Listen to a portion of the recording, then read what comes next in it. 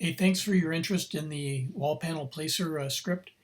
I'm just going to go through in this tutorial how to get it installed correctly and making sure that it works on your computer. So when you download, you're going to get a PDF, and the PDF will provide you with this link.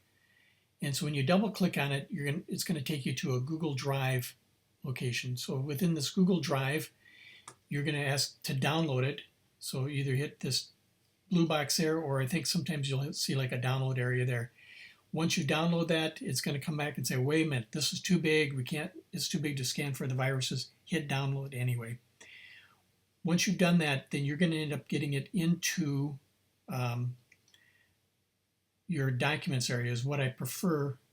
You need to have it in the documents area. So if you don't download it into your documents, make sure you drag the overall zip file into documents and making sure that it's somewhere in your documents, high-level documents area, and hit save. Once you've done that, you're going to show up in here as a filepanelplacer.zip and double-click it.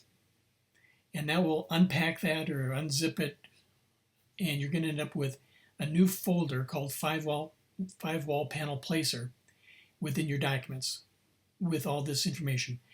Now, the key things that you're going to need to make sure you have in there would be the calibration data, Photoshop template, room library, and scripts to folder.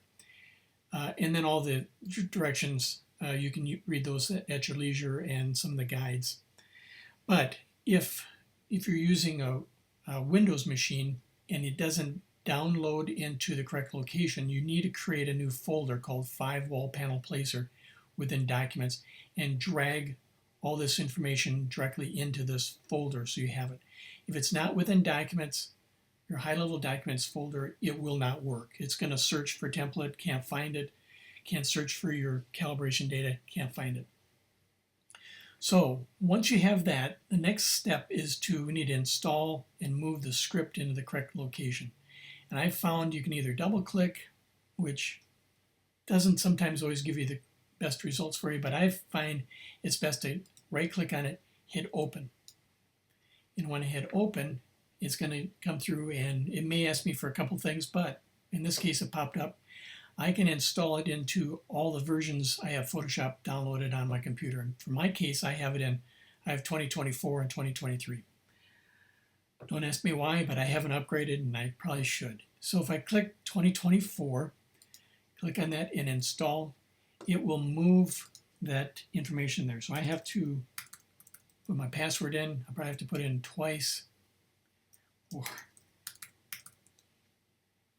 Yes, it asked me for it twice.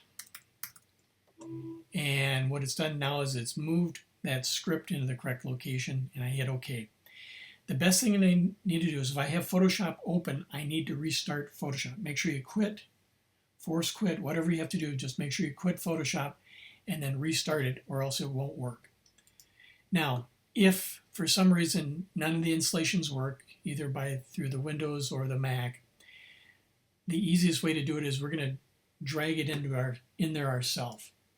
And I'll show you how you do it. You get in through and you open up a new Finder, go to Applications, find your Photoshop that you want to put it into, Presets, Scripts, and then I've created a new folder called JRP Creations, and then open up your Scripts to folder, take this file, copy it, and paste it into this folder.